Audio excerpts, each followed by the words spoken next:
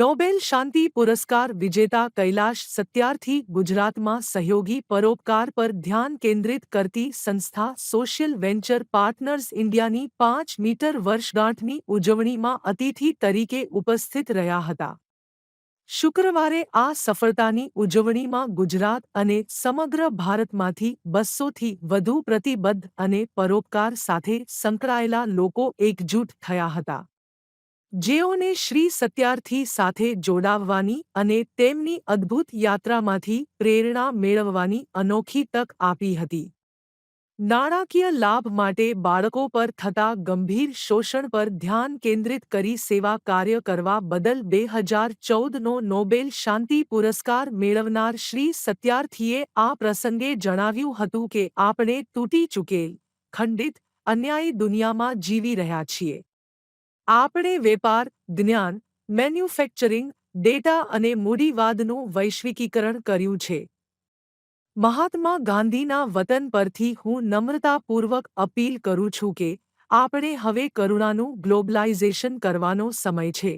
Nobel પુરસ્કાર વિજેતાએ વધુમાં ઉમેર્યું હતું કે બાળકો વિરુદ્ધ, ખાસ કરીને છોકરીઓ વિરુદ્ધના ગુનાઓને રોકવા અને બાળમૈત્રીપૂર્ણ સમાજનું નિર્માણ કરવાની જવાબદારી માત્ર સરકાર અથવા કોઈપણ સંસ્થાની નથી, પરંતુ આપણા સૌની સામૂહિક જવાબદારી છે। जितनी अमीर, जितनी साधन संपन्न, ज्ञान और विज्ञान में जितनी आगे बढ़ चुकी है उतनी पहले कभी नहीं। लेकिन जिस तरीके के युद्ध, हिंसाएं, गैर बराबरी, अत्याचार और अन्याय दुनिया में बढ़ रहा है, जितनी बिखरी बिखरी और टूटी टूटी आज की दुनिया है, हमारा समाज है, मानव समाज, और हमारी निजी जिंदगी में जितनी आपसी दूरियां बढ़ती जा रही हैं उतनी पहले कभी नहीं। तो ये एक बहुत बड़ा पैराडॉक्स है, एक बहुत बड़ा एक अंतर विरोध है कि एक तरफ तो हम अमीर और संपन्न होते चले जा रहे हैं और दूसरी तरफ हम इतने ज्यादा आपस में टूट रहे हैं और हिंसक होते जा रहे हैं। हमने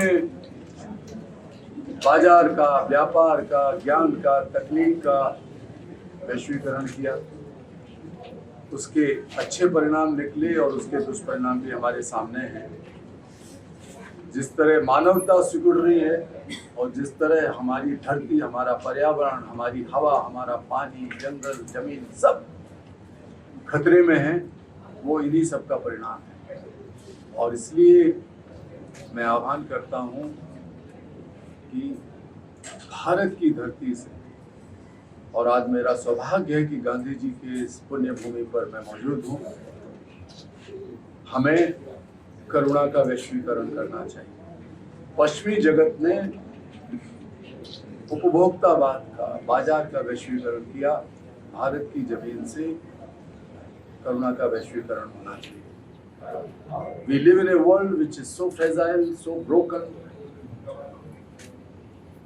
so violent, in spite of all the wealth we have created, all the most modern technological advancement we have made so far. हम बहुत सेलिब्रेट करते हैं कि इतनी ज़्यादा हमने यहाँ पहुँच गए, वहाँ पहुँच गए, ग्रहों पे, नक्षत्रों पे हम जा रहे हैं, लेकिन इसके बावजूद भी हम इंसान के पास नहीं पहुँच पा रहे हैं जो सबसे दया, सबसे दबा, कुचला, पिछड़ा है। हमारे उन बच्चों के पास नहीं पहुँच पा रहे हैं जो हिंसा के शिकार, युद्धों के शिकार हो रहे हैं। तो इसका एक ही समाधान है कि हम करुणा का वैश्वीकरण करें। जिस तरीके से नैतिक जवाबदेही और नैतिक जिम्मेवारी कम होती जा रही है, जो हमारा नैतिक दिशा सूचक है राजनीतिक क्षेत्रों में, सामाजिक क्षेत्रों में, व्यापारिक क्षेत्रों में, वो भी कहीं ना कहीं मध्यम पड़ रहा है। तो जरूरी है कि हम करुणा के प्रकाश को जगमगाएं, करुणा की चिंगारी को जगाएं। Let us ignite the spark of compassion, let us globalize compassion। हमारा पैमाना एकदम साफ होना चाहिए कि समाज का जो बच्चा, आखिरी बच्चा है, दुनिया की सबसे गरीब देश में, सबसे गरीब परिवार में, सबसे वंचित परिवार में जन्म लेकर अपना बचपन नहीं जी पा रहा है, जिन बच्चों को जमीन पर रहते हुए भी बचपन की आज़ादी नहीं मिल पा रही है। जो इंसान होते हुए भी जानवरों से कम कीमत पर खरीदे बेचे जाते हैं, अगर उनकी ये हालत है तो हमारी दुनिया अभी भी सभ्य नहीं है। सरकारों की जिम्मेदारी है कि जो नीतियां बने वो बचपन केंद्रित नीतियां, चाइल्ड फ्रेंडली, बचपन के साथ दोस्ताना रिश्ता रखने वाली नीतियां बने, उन नीतियों को लागू किया जाए। बजटरी एलोकेशंस जो हैं,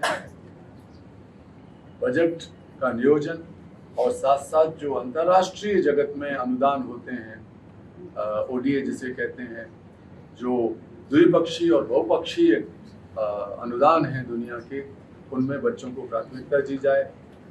जो आज की सबसे बड़ी समस्या है जिसको तुरंत अंतर्राष्ट्रीय स्तर पर हल किया जाना चाहिए, वो है जो युद्ध चल रहे हैं, दो बड़े युद्ध, जिन युद्धों का बहुत दुष्परिणाम हो चुका है और उससे भी ज़्यादा दुष्परिणाम होने की संभावना है।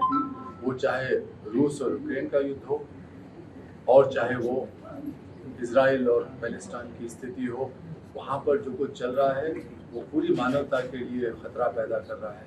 क्योंकि इन युद्धों के दौरान ये बात, दुर्भाग्यपूर्ण बात सामने आ रही है कि कोई किसी की सुनने वाला नहीं है। संयुक्त राष्ट्र संघ अपनी तरफ से सारे प्रयास कर रहा है, लेकिन संयुक्त राष्ट्र संघ वहाँ पर मौना साबित हो रहा है, शायद अप्रभावशाली साबित हो रहा है, उनका प्रभाव नहीं हो रहा, निष्प्रभावी साबित हो रहा है। तो ये अगर प्रवृत्ति बढ़ती है तो बहुत बड़े खतरे दुनिया में और बढ़ेंगे। जो ग्लोबल इंस्टीट्यूशनल फ्रेमवर्क है संयुक्त राष्ट्र संघ से संबंधित, उसको मजबूत किया जाना चाहिए और उस मजबूती के लिए जरूरी है कि संयुक्त राष्ट्र संघ अपने आंतरिक व्यवस्था में भी सुधार करे।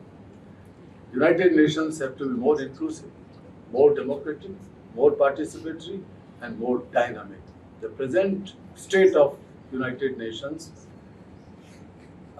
has to be strengthened because it has not been able to solve these ongoing problems which are very, very serious and dangerous for the entire humanity and the future of humankind.